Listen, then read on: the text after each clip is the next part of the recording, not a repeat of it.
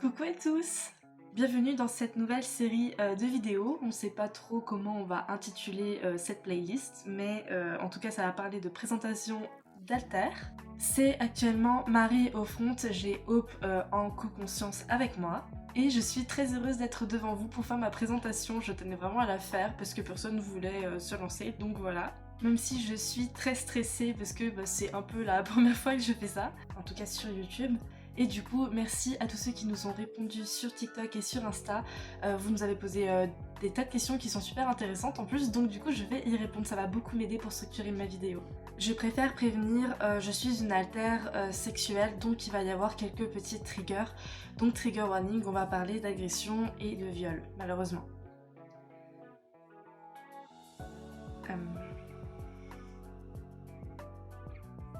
Oui, t'inquiète, tu me sens prête, y'a aucun souci. Ok. Bon, je ressemble à peu près à ça dans l'inner. On a essayé de me dessiner et je trouve que pour un premier jet, c'est pas trop mal. Donc j'ai les yeux bleus, je suis brune, j'ai les cheveux un petit peu moins longs quand même, il m'arrive à la poitrine, pas en dessous comme Hope. Et j'ai quelques taches de rousseur, c'est vrai qu'on n'a pas représenté sur mon visage. Je suis catholique et je suis végétarienne. Je ne crois pas l'avoir dit, mais j'ai 19 ans. Hope m'a connue quand j'en avais 16, donc elle m'a vu grandir et elle avoue que parfois ça lui fait bizarre. Je suis apparue en 2014 suite aux attouchements de notre beau-père. Je ne suis pas la seule altère d'ailleurs, mais voilà. J'ai été l'une des premières conscientisées liées à ce traumatisme. Ça fait donc de moi une altère sexuelle et une altère trauma holder. Mais je suis également une caretaker, je m'occupe du soin du corps. J'adore me ruiner en produits skincare, haircare, ce genre de choses. C'est vrai que j'aime beaucoup, mais je le fais pas souvent, donc ça va. Je ne suis pas du tout atteinte par les problèmes de concentration, il me semble, ni les problèmes d'impulsion ou d'hyperactivité. Je suis plutôt calme comme altère. De l'extérieur, on me voit comme très douce, comme très attentionnée, très souriante aussi, un petit peu timide et extravertie. Ça va, je pense que je suis extravertie. Et moi je me perçois un petit peu de tout ça. Je suis très douce, c'est vrai que je suis l'une des altères les plus douces du système. Je suis très attentionnée. J'aime beaucoup prendre soin du corps, mais prendre soin des autres en général. Mais surtout prendre soin du corps. Je suis très honnête et je suis très posée comme altère. À part m'occuper du corps, ce que j'aime faire aussi, c'est l'art. J'ai une grande passion pour tout ce qui est artistique. Ça peut être de la sculpture, ça peut être de la peinture, ça peut être de la broderie, du diamond painting, du dessin en général. J'adore aussi la musique et le chant, même si je n'ai jamais appris à jouer d'un instrument et je ne chante pas beaucoup parce que je suis justement très timide.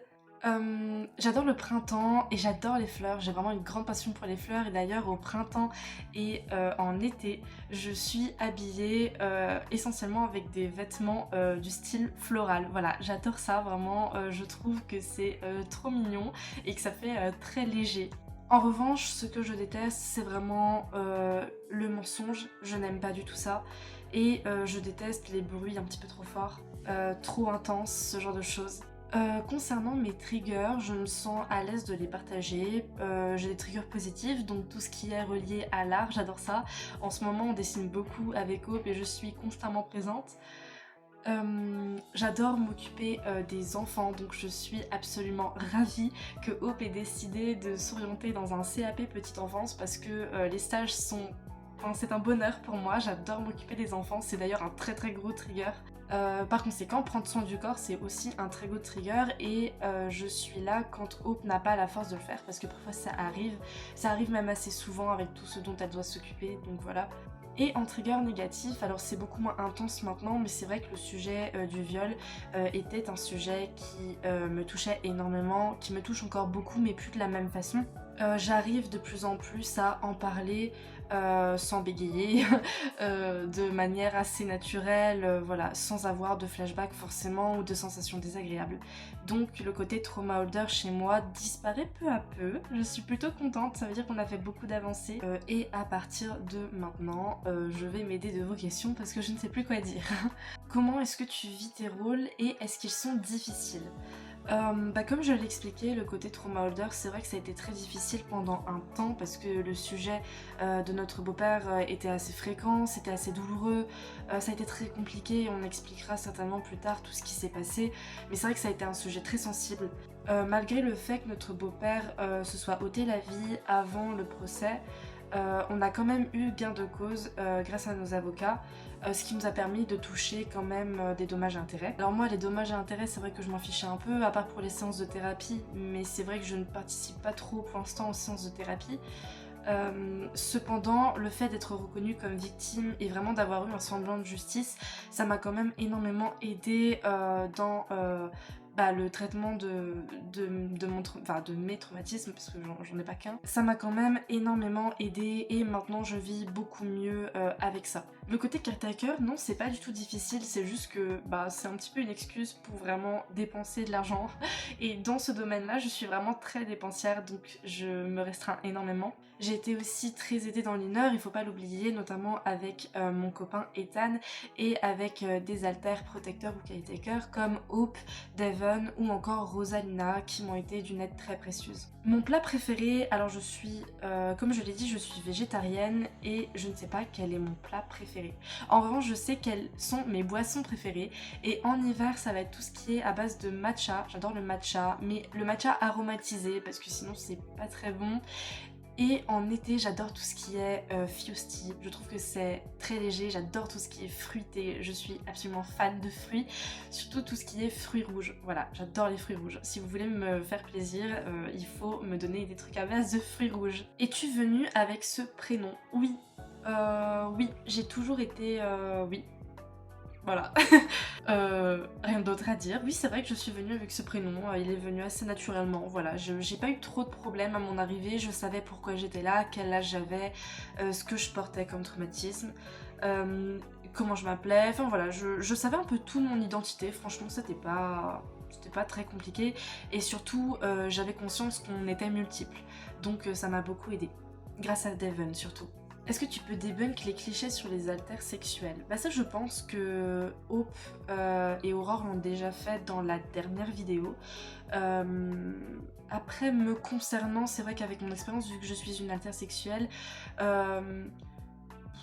qu'est-ce que je pourrais dire de plus? Pas grand chose en fait.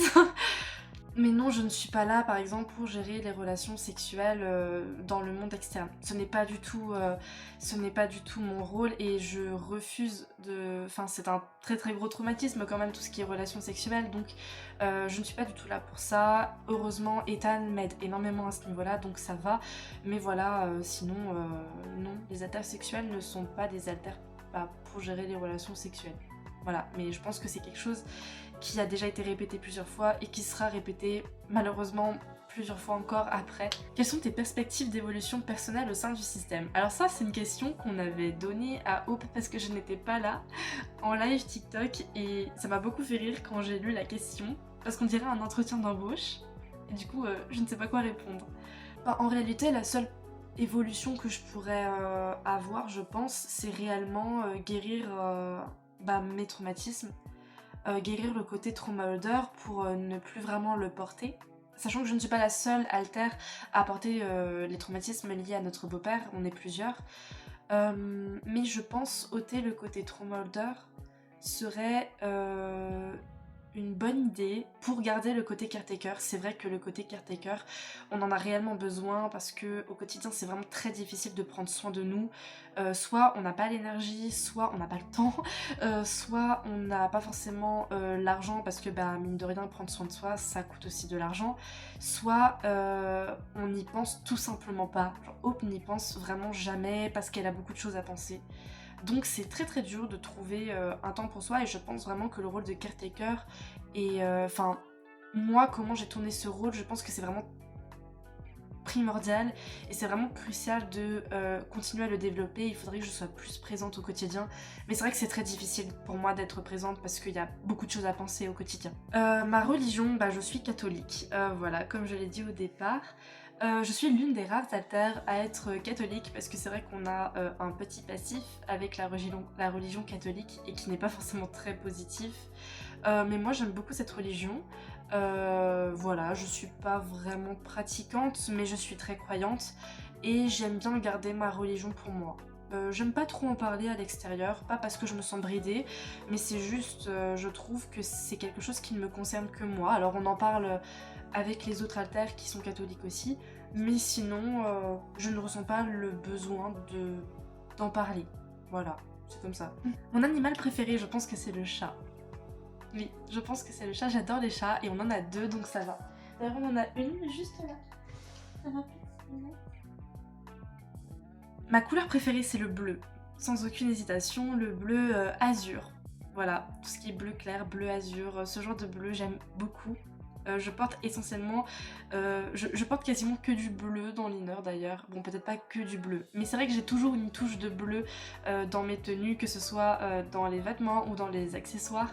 Et de toute façon, mes yeux sont bleus, donc j'ai toujours du bleu sur moi. À quoi ressemble ta chambre? Ma chambre est très ordonnée. C'est vrai que je suis une alter qui est très ordonnée.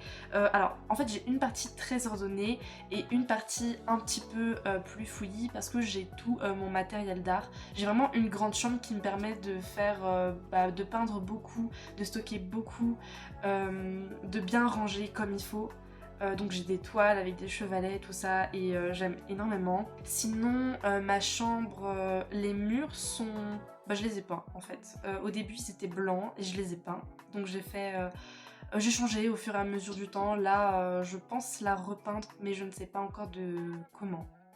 Voilà. Peut-être c'est l'automne, donc faire quelque chose d'un petit peu plus chaleureux. Je ne sais pas. C'est un mélange entre une chambre et un atelier d'art. Voilà. Après, sinon, mes endroits préférés dans l'inner, ça reste quand même la forêt. J'adore la forêt, j'adore me balader dans la forêt, j'aime beaucoup tout ce qui est arbres et tout ça, enfin vraiment l'ambiance, l'odeur de la forêt en automne surtout, j'adore. Et j'aime énormément peindre les arbres et tout ça, donc j'y vais beaucoup, et j'y vais beaucoup pour me balader aussi avec les enfants, parce qu'ils aiment beaucoup y aller aussi. Quel est mon plus beau souvenir? Je pense que c'est quand Ethan m'a avoué qu'il avait des sentiments pour moi. Bon, il l'a avoué après qu'il se soit rendu compte et après qu'il ait su que ils étaient réciproques. Voilà, Ethan est courageux mais pas trop quand même. Je plaisante, je le taquine souvent à ce niveau-là. Ou alors, dans le monde externe, c'est vrai le fait qu'on m'ait dit que j'allais recevoir des dommages et intérêts et que surtout j'avais été reconnue en tant que victime vis-à-vis de mon beau-père. Ça, c'est vrai que c'est quelque chose qui m'a énormément aidée, j'en ai beaucoup pleuré, pleuré de joie, hein, mais j'en ai beaucoup... voilà, j'ai été très sensible à ce moment-là, très émotive, et c'est vrai que j'ai eu énormément de chance sur ce coup-là parce que tout n'était pas en notre faveur, notamment avec le fait que il se soit ôté la vie avant le procès. Quelles sont tes relations avec les autres? Eh ben, je m'entends plutôt bien avec tout le monde, ça va. Surtout avec les jeunes adultes ou les ados d'à peu près mon âge. Je m'entends bien avec Rosalina aussi, elle m'aide beaucoup pour le rapport au corps, pour le rapport aux relations intimes, tout ça. C'est vraiment une présence très importante pour moi. Je m'entends forcément très bien avec Cope aussi, c'est très difficile de ne pas s'entendre avec Cope en réalité. Ethan c'est mon chéri, je l'ai déjà dit. J'ai des amis, donc Mélodie, Neige par exemple. C'est vrai qu'on est beaucoup à être très amis, donc je pourrais pas tous les citer parce que c'est vrai qu'on est beaucoup. Je m'entends très bien avec Esteban aussi, Devon. Devon c'est vraiment l'un des alters avec lequel j'ai le plus parlé depuis mon arrivée. Et sinon je fais beaucoup de babysitting pour les enfants parce que voilà, j'adore m'occuper d'eux et je trouve ça très enrichissant. On fait beaucoup d'ateliers créatifs et ils adorent ça. Donc voilà, je suis aussi babysitter parfois des Little. Quel est ton rapport au corps, à votre vie et aux activités principales du système? Mon rapport au corps il est plutôt positif. Malgré les traumatismes, je n'ai pas de rancœur, de haine envers le corps, je le trouve très bien comme ça. Je ne m'occupe pas de faire les modifications corporelles du style coiffure, à moins que voilà il faille refaire la couleur par exemple, ou voilà. Mais en tout cas je ne m'occupe pas de faire les modifications corporelles sans en avoir parlé à Hope avant. Donc il est plutôt bon, voilà. Puis j'en prends soin, donc ça peut que aller vers le positif. Le rapport à notre vie, je ne fonde pas beaucoup. Je suis plutôt en co-fronte ou en co-conscience, c'est vrai. Au début de notre conscientisation, c'est vrai que je frontais beaucoup. Mais là, ça s'est un petit peu calmé. J'aime bien la tranquillité dans l'inner. Mais je pense que avec tout ce qu'on va faire au niveau art, au niveau sensibilisation, au fait qu'en ce moment ce soit plus calme, je vais en profiter pour front plus souvent et participer un petit peu plus à la vie quotidienne. Et les activités principales du système, et bien encore une fois, je suis ravie de notre changement d'orientation. Voilà, donc les stages, je les fais avec Hope, même si je me fais très discrète. Les cours, je les révise. Les examens, je pense que je les passerai avec elle.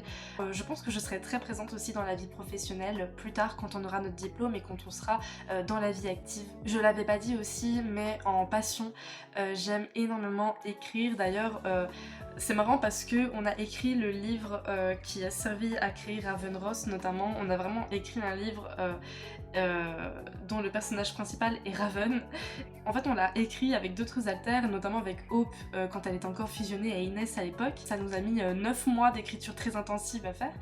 Mais on a tout écrit ensemble, on était 4 à le faire et on s'en est jamais rendu compte. Voilà, c'est une anecdote que je trouve assez drôle. Est-ce que tu as des projets pour plus tard? Non? Enfin, à part terminer les illustrations qui vont servir à remplacer les images d'intelligence artificielle ou des images trouvées sur Pinterest, pour nous dessiner, non. Je n'ai pas particulièrement de projet, peut-être participer à la sensibilisation un de ces quatre, en tout cas sur des sujets qui me concernent directement.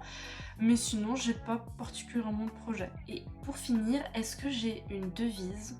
Non. Mais c'est vrai que j'aime bien dire que l'art est la plus belle des paroles.